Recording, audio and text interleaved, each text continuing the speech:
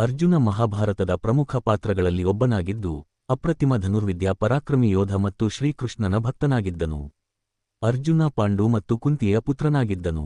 ಪಾಂಡು ಮತ್ತು ಮಾದ್ರಿಗೆ ಶಾಪವಿದ್ದ ಕಾರಣ ಅವರಿಗೆ ಮಕ್ಕಳು ಆಗುವುದಿಲ್ಲ. ಈ ಕಾರಣಕ್ಕಾಗಿ ಕುಂತಿಯು ದೈವೀಶಕ್ತಿಯ ಆಶೀರ್ವಾದದಿಂದ ದೇವತೆಗಳಿಂದ ಮಕ್ಕಳನ್ನು ಪಡೆದಳು.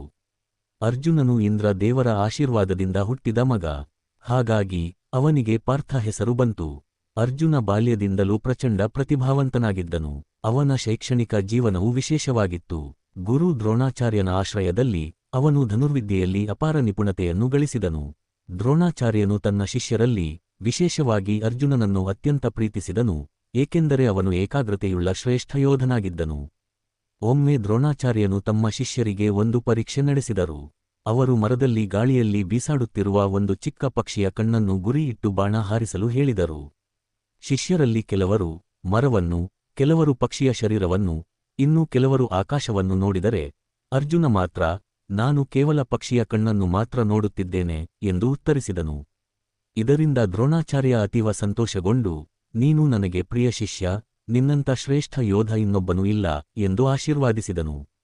ದ್ರೌಪದಿ ಪಂಚಾಲ ದೇಶದ ರಾಜ ಧೃಪದನ ಪುತ್ರಿ, ಭಗವಾನ್ ಅಗ್ನಿದೇವನ ಆಶೀರ್ವಾದದಿಂದ ಹುಟ್ಟಿದಳು.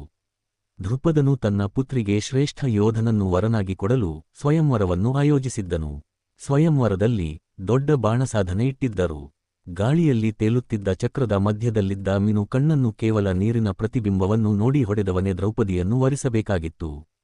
ಅನೇಕ ರಾಜರು, ಕರ್ಣ ಸೇರಿದಂತೆ, ಇದರಲ್ಲಿ ವಿಫಲವಾದರು. ಆದರೆ ಅರ್ಜುನನು ಬ್ರಾಹ್ಮಣ ವೇಷದಲ್ಲಿ ಬಂದು ಸುಲಭವಾಗಿ ಆ ಗುರಿಯನ್ನು ಸಾಧಿಸಿದನು. ಈ ಘಟನೆಯ ನಂತರ ದ್ರೌಪದಿಯು ಪಾಂಡವರ 5 ಜನರಿಗೂ ಪತ್ನಿಯಾಗಬೇಕಾದ ಅನಿವಾರ್ಯ ಸ್ಥಿತಿ ಉಂಟಾಯಿತು. ಅರ್ಜುನ ತೀರ್ಥಯಾತ್ರೆ ಮಾಡುತ್ತಿದ್ದಾಗ ದ್ವಾರಕೆಗೆ ಭೇಟಿ ನೀಡಿದರು. ಸುಭದ್ರೆಗೆ ಸಾಕಷ್ಟು ವರಪಾತ್ರರು ಬಂದರೂ ಶ್ರೀಕೃಷ್ಣನು ಸುಭದ್ರಳಿಗೆ ಅರ್ಜುನನು ಸೂಕ್ತವಾದ ವರನಾಗಿರುತ್ತಾನೆ ಎಂದು ಭಾವಿಸಿದನು. ಆದರೆ ಬಾಲರಾಮನು ಸುಭದ್ರೆಯ ಮದುವೆಯನ್ನು ದುರ್ಯೋಧನನಿಗೆ ಮಾಡಿಸಲು ಯೋಚಿಸುತ್ತಿದ್ದನು. ಇದನ್ನು ಅರಿತ ಕೃಷ್ಣನು ಅರ್ಜುನನಿಗೆ ಸುಭದ್ರೆಯನ್ನು ಅಪಹರಿಸಿ ಮದುವೆಯಾಗಲು ಸಲಹೆ ನೀಡಿದನು. ಕೃಷ್ಣನ ಸೂಚನೆಯಂತೆ ಅರ್ಜುನನು ಸುಭದ್ರೆಯನ್ನು ಹರಣ ಮಾಡಿದ್ದನು. ಇದರಿಂದ ಬಾಲರಾಮನು ಮೊದಲು ಕೋಪಗೊಂಡಿದ್ದರೂ ನಂತರ ಕೃಷ್ಣನ ವಿವರಣೆ ಕೇಳಿ ಸುಭದ್ರಾ ಮತ್ತು ಅರ್ಜುನನ ಮದುವೆಗೆ ಒಪ್ಪಿಕೊಂಡನು. ಸುಭದ್ರಾ ಮತ್ತು ಅರ್ಜುನನಿಗೆ ಅಭಿಮನ್ಯು ಎಂಬ ಪುತ್ರನು ಜನಿಸಿದನು. ಅವನು ತನ್ನ ತಂದೆ ಅರ್ಜುನನಂತೆ ಶೂರ, ಧೈರ್ಯಶಾಲಿ ಮತ್ತು ಮಹಾಯೋಧನಾಗಿದ್ದನು. ಈ ವಿಡಿಯೋ ಇಷ್ಟವಾದಲ್ಲಿ ಲೈಕ್ ಮಾಡಿ, ಸಬ್ಸ್ಕ್ರೈಬ್ ಮಾಡಿ ಹಾಗೂ ಶೇರ್ ಮಾಡಿ. ತದನಂತರ ಹಸ್ತಿನಾಪುರದ ರಾಜಸಭೆಯಲ್ಲಿ ಯುಧಿಷ್ಠಿರನು ಜೂಜಿನಾಟದಲ್ಲಿ ದ್ರೌಪದಿಯನ್ನು ಕಳೆದುಕೊಂಡನು. ದುರ್ಯೋಧನನು ಅವಳನ್ನು ಬಲವಂತವಾಗಿ ರಾಜಸಭೆಗೆ ಕರೆಸಿ ದುಶ್ಯಾಸನನು ಅವಳ ಸೀರೆಯನ್ನು ಎಳೆಯಲು ಪ್ರಯತ್ನಿಸಿದನು. ದ್ರೌಪದಿ ಶ್ರೀಕೃಷ್ಣನನ್ನು ಪ್ರಾರ್ಥಿಸಿದಳು. ಕೃಷ್ಣನು ಅವಳಿಗೆ ಅನಂತ ವಸ್ತ್ರ ನೀಡಿದನು, ಅದರಿಂದ ಅವಳು ರಕ್ಷಿಸಲ್ಪಟ್ಟಳು. ಈ ರೀತಿ ದ್ರೌಪದಿಯ ಅಪಮಾನ ಸಭೆಯಲ್ಲಿ ನಡೆಯಿತು. ಪಾಂಡವರು ಈ ಅಪಮಾನದಿಂದ ತುಂಬಾ ಕೋಪಗೊಂಡರು. ಈ ಘಟನೆ ಪಾಂಡವರು ಮತ್ತು ಕೌರವರ ಮಧ್ಯೆ ಮಹಾಭಾರತ ಯುದ್ಧಕ್ಕೆ ಕಾರಣವಾಯಿತು. ಜೂಜಿನಲ್ಲಿ ಸೋತ ಪಾಂಡವರು 12 ವರ್ಷಗಳ ವನವಾಸ ಮತ್ತು 1 ವರ್ಷ ಅಜ್ಞಾತವಾಸಕ್ಕೆ ತೆರಳಿದರು. ಪಾಂಡವರು ವಿರಾಟ ರಾಜನ ಅರಮನೆಯಲ್ಲಿದ್ದರು. ಅಲ್ಲಿ ಅರ್ಜುನನು ಬೃಹನ್ನಳೆಯಾಗಿ ಮಹಿಳೆಯರಂತೆ ವೇಷಧಾರಿಸಿಕೊಂಡು ವಿರಾಟ ರಾಜನ ಅರಮನೆಯಲ್ಲಿ ನೃತ್ಯಗುರುವಾಗಿ ಕೆಲಸ ಮಾಡಿದ್ದನು. ಪಾಂಡವರು ಅರಣ್ಯವಾಸದಲ್ಲಿದ್ದಾಗ ಅರ್ಜುನ ಶಕ್ತಿಶಾಲಿ ದಿವ್ಯಾಸ್ತ್ರಗಳನ್ನು ಪಡೆಯಲು ತಪಸ್ಸು ಮಾಡಲಾರಂಭಿಸಿದನು. ಪಾಶುಪತಾಸ್ತ್ರ ಪಡೆಯಲು ಅರ್ಜುನ ಗಹನ ಅರಣ್ಯಕ್ಕೆ ಹೋಗಿ ಭಗವಾನ್ ಶಿವನನ್ನು ಪ್ರಾರ್ಥಿಸಿದನು. ಶಿವನು ಭಿಕ್ಷುಕನ ರೂಪದಲ್ಲಿ ಬಂದು ಅರ್ಜುನನನ್ನು ಪರೀಕ್ಷಿಸಿದನು. ಅದನ್ನು ಅರಿತ ನಂತರ ಶಿವನು ಅತ್ಯಂತ ಶಕ್ತಿಶಾಲಿ ಪಾಶುಪತಾಸ್ತ್ರವನ್ನು ನೀಡಿದನು. ಈ ಅವಧಿ ಮುಗಿದ ನಂತರ ತಮ್ಮ ಹಕ್ಕಿನ ರಾಜ್ಯವನ್ನು ಪಡೆಯಲು ಮಹಾಭಾರತ ಯುದ್ಧಕ್ಕೆ ಸಿದ್ಧರಾದರು. ಅರ್ಜುನನ ಜೀವನದ ಪ್ರಮುಖ ಭಾಗವೇ ಕುರುಕ್ಷೇತ್ರ ಯುದ್ಧ. ಈ ಯುದ್ಧವು 18 ದಿನಗಳ ಕಾಲ ನಡೆಯಿತು. ಯುದ್ಧ ಆರಂಭವಾಗುವ ಮುನ್ನ ಅರ್ಜುನನು ತನ್ನ ಬಂಧುಗಳನ್ನು ಕೊಲ್ಲಲು ತಯಾರಾಗಲಿಲ್ಲ. ಈ ಸಂದರ್ಭದಲ್ಲಿ ಭಗವಾನ್ ಶ್ರೀಕೃಷ್ಣನು ಅವನಿಗೆ ಭಗವದ್ಗೀತೆಯ ಉಪದೇಶ ನೀಡಿದರು.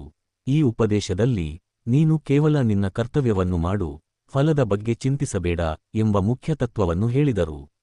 ತದನಂತರ ಯುದ್ಧದಲ್ಲಿ ಭೀಷ್ಮನು ಶಕ್ತಿಶಾಲಿಯಾಗಿದ್ದರಿಂದ ಅವನನ್ನು ಸೋಲಿಸಲು ಅರ್ಜುನನು ಶಿಖಂಡಿನಿಯ ಸಹಾಯ ಪಡೆದನು.